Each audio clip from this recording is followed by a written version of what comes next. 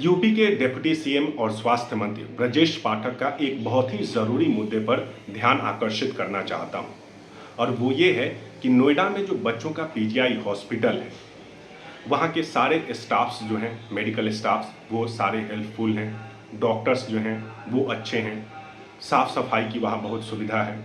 लेकिन एक जो सबसे बड़ी कमी है, और वो इतनी बड़े हॉस्पिटल में नहीं होनी चाहिए, वो ये है कि जो टेस्ट रिपोर्ट्स हैं वो ऑनलाइन अवेलेबल नहीं होती हैं।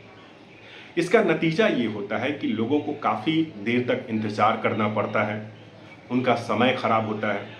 जैसे एक अगर उदाहरण दे के मैं समझाऊँ, मैं अपनी माँ का इलाज एम्स में करवाता हूँ। पहले जब मुझे जानकारी नहीं थी कि ऑनलाइन भी रिपोर्ट्स मिलती हैं, तो मैं जाके वहाँ लाइन में लगता था और घंटों तक मुझे लाइन में लगा रहना पड़ता था। जब मुझे जानकारी हुई कि ऑनलाइन भी रिपोर्ट्स आती हैं, तो मुझे काफ़ी सुविधा हो गई। मैं पहले से ही रिपोर्ट्स जो है वो सारे निकाल कर ले जाता हूँ और डॉक्टर को दिखा देता हूँ। मेरा समय काफ़ी बचता है। तो वैसी ही सुविधा जो है वो इस हॉस्पिटल में होनी चाहिए। जैसे एक उदाहरण अगर पीजीआई हॉस्पिटल की बात करूँ, बच्चों की जो पीजीआई हॉस्पिटल है उसकी बात करूँ, तो एक उदाहरण अगर मैं दूँ तो वहाँ काफ़ी हॉस्पिटल चूँकि अच्छा है तो काफ़ी दूर-दूर से लोग दिखाने आते हैं। एक महिला गौड़ सिटी से आई हुई थी, वो बुज़ुर्ग थीं। वो अपने पोते की रिपोर्ट लेने आई हुई थी।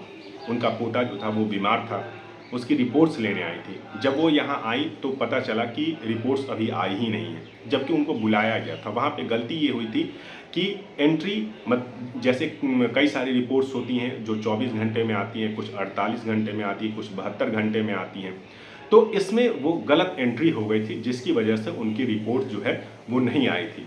अगर ऑनलाइन रिपोर्ट की सुविधा होती और उनको जानकारी होती, तो हो सकता था वो किसी से रिपोर्ट्स जो है वो ऑनलाइन निकलवा लेती, उन्हें आने की ज़रूरत नहीं पड़ती। अच्छा, अब जब रिपोर्ट्स ऑनलाइन नहीं है तो क्या करना होता है? अब होता ये है कि आप काउंटर पे जाके खड़े हो जाइए, आपके आगे कई सारे लोग हैं।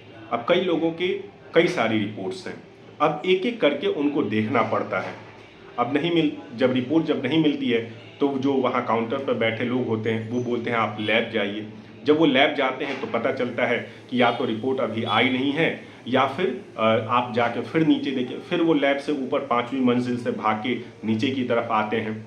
तो ऐसे क्या होता है कि काफ़ी समय जो है वो ख़राब होता है। अच्छा, कई सारे मरीज़ ऐसे होते हैं जो बार-बार रिक्वेस्ट करते हैं, वो काउंटर के बगल में खड़े रहते हैं कि एक बार फिर से देख लीजिए, एक बार फिर से देख लीजिए, कहीं गलती से रिपोर्ट जो है वो छूट गई होगी, नहीं मिल रही होगी। तो ऐसी बहुत सारी परिस्थितियाँ होती हैं जिससे काफ़ी समय ख़राब होता है। और जब आप हॉस्पिटल जाते हैं तो लगता है कि जल्दी से रिपोर्ट मिल जाती, डॉक्टर देख लेते, बच्चों की दवा जो है वो शुरू हो जाती, तो हर कोई ये चाहता है। तो इसलिए ब्रजेश पाठक जी से मेरी गुज़ारिश है कि आप वहाँ पे ऑनलाइन रिपोर्ट्स की जो सुविधा है उसको उपलब्ध करवाएँ। अच्छा, एक जो सबसे ज़रूरी चीज़ है वो ये है कि मैंने वहाँ के एक लैब टेक्नीशियन से बात की, तो उन्होंने मुझे बताया कि यहाँ पे जो लैंड केबल वगैरह डलनी है वो सारी डल चुकी हैं। बस दिक्कत इतनी भर की है कि वहाँ पे सिस्टम उपलब्ध नहीं है। अगर सिस्टम उपलब्ध होगा तो लोगों को रिपोर्ट्स जो है प्राप्त करने में काफ़ी सुविधा होगी। तो इसलिए ब्रजेश पाठक जी को इस पर विशेष ध्यान देना चाहिए, क्योंकि इतना बड़ा हॉस्पिटल है, बड़े पैमाने पर लोग वहाँ पे अपने बच्चों को दिखाने आते हैं, बहुत सारी उम्मीदों से आते हैं कि आएँगे तो जल्दी से डॉक्टर देख लेंगे और बच्चों की दवा जो है वो शुरू हो जाएगी। तो इसलिए ब्रजेश पाठक जी से अनुरोध है कि आप इस सुविधा जो है इसको जल्दी से उपलब्ध करा दें।